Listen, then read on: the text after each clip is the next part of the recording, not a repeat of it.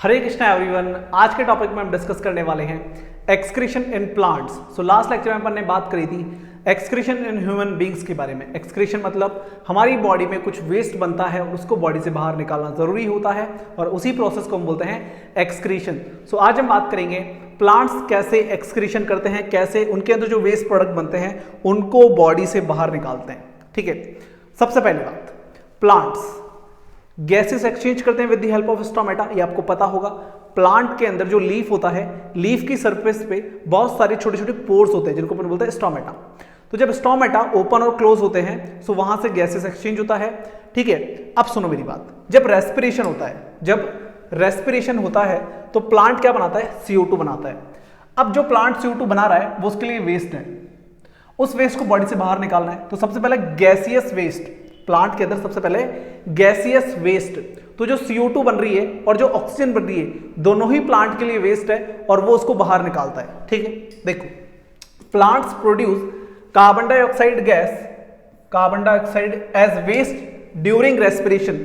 सो respiration के time पे जो CO2 बनता है, ठीक है, उसको बॉडी से बाहर निकाल देता है। Oxygen is released as product during photosynthesis, और जब फोटोसिंथेसिस करता है तो हमने पढ़ा था कि वहां पे ऑक्सीजन बनता है, O2 बनता है, और ये ऑक्सीजन हमारे लिए यूजफुल होता है लेकिन प्लांट के लिए वेस्ट होता है, तो प्लांट उसको बाहर निकाल देता है। Both these are eliminated through the minute opening called stomata. ठीक है, सो जो सरफेस होती है लीफ की, जो लीफ की सरफेस होती है उसके ऊपर बहुत छोटे छोटे पोर्स होते हैं और वहां से गैसियस एक्सचेंज होता है और उन्हीं पोर्स से जो CO2 और जो ऑक्सीजन है जो प्लांट के लिए वेस्ट है वो वहां से बाहर निकल जाती है। ठीक है, तो सबसे पहला वेस्ट तो हो गया CO2 और ऑक्सीजन, ये दोनों गैसियस वेस्ट है जिसको प्लांट बॉडी से बाहर निकाल देता है बाय स्टोमेटा।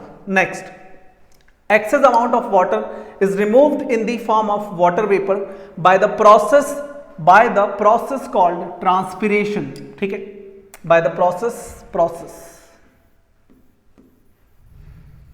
इसको हटा दो। ठीक है, अब प्लांट के अंदर जो एक्सेस वाटर है, ठीक है, अगर हमारी बॉडी में बहुत ज्यादा एक्सेस वाटर हो तो यूरिन के फॉर्म में बाहर निकल जाता है। उसी टाइप से जब प्लांट के अंदर बहुत ज्यादा वाटर हो जाता है, मतलब जो एक्सेस वाटर होता है उसको प्लांट लॉस कर देता है बाय ट्रांसपिरेशन। ट्रांसपिरेशन अपन ने पढ़ा था, आपको याद होगा, loss of water in the form of vapour.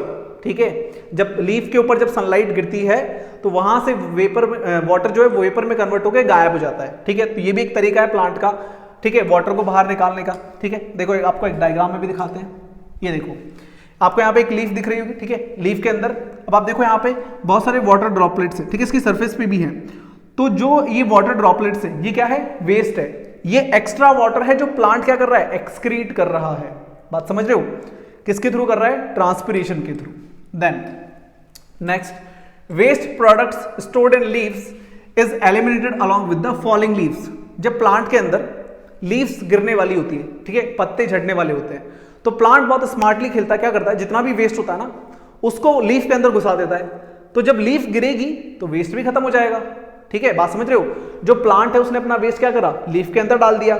तो जब लीफ टूटेगी तो उसके साथ वेस्ट भी रिमूव हो जाएगा। तो इसे इंटेलिजेंटली प्लांट क्या करते हैं?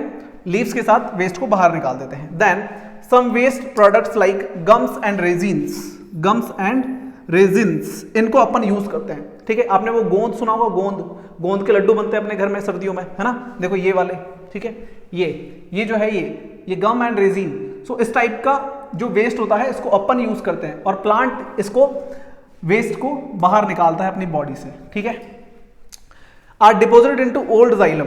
तो ये जो गम एंड रेजिन है ये ओल्ड जाइलम में, मतलब जो जाइलम बूढ़ा हो चुका होता है, ठीक है, बहुत पुराना हो चुका होता है, जिसका कोई काम नहीं रहता है, उसके टिश्यूज के अंदर इसको स्टोर कर दिया जाता है। Can also be lost by plant, और फिर वो इस टाइप से अपना वेस्ट बाहर निकाल देता है और इस वेस्ट को अपन यूज करते हैं। देखो जो प्लांट के लिए वेस्ट है ना वो अपने लिए कितना यूजफुल है। उसी गोंद के अपन लड्डू बना के खाते हैं सर्दियों में, मस्त बढ़िया, है ना? Then bark consist of dead cells which is peeled off periodically. Tannins and other wastage are deposited in the bark.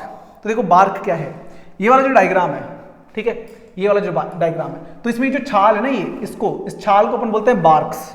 ठीक है, इसके अंदर प्लांट अपना वेस्ट डाल देता है और फिर ये टाइम टू टाइम ये जो छाल है वो अलग होती जाती है, मतलब ये जो स्किन है इसकी ये अलग होती जाती है और यहाँ से वेस्ट रिमूव आउट होता जाता है। तो इस टाइप से प्लांट, ठीक है, बाय स्टोमेटा बायोस्टोमेटा सबसे पहले तो गैसेस को बाहर निकालता है, दूसरा एक्सेस वाटर को ट्रांसपिरेशन की हेल्प से बाहर निकालता है, देन डेड लीव्स की हेल्प से निकालता है, देन अपन ने पढ़ा गम्स एंड रेजिन्स को ओल्ड जाइलम में ट्रांसफर कर देता है, उसकी हेल्प से बाहर निकालता है, एंड देन बार्क्स की हेल्प से जो अपना वेस्ट उसको बाहर निकालता है। तो इस टाइप से प्लांट क्या करता है, वेस्ट प्रोडक्ट्स को बॉडी से बाहर निकालता है। ठीक है, सो थोड़ा डिफरेंट मैकेनिज्म है, लेकिन जो भी है अच्छा है।